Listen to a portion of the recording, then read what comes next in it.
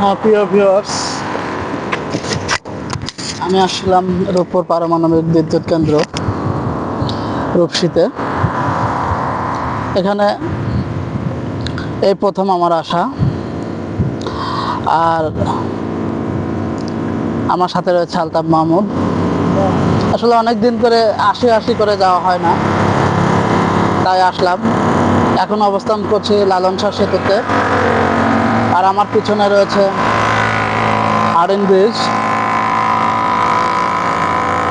তো বন্ধুরা, কেমন লাগলো আপনাদেরকে দেখালাম রূপপুর পারমাণবিক বিদ্যুৎ কেন্দ্র।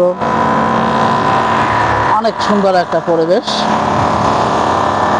কেউ যদি কখনো আসেন, ঘোরার মাঝে দেখে যান বাংলাদেশের বিদ্যুৎ কেন্দ্র, রূপপুর পারমাণবিক বিদ্যুৎ কেন্দ্র।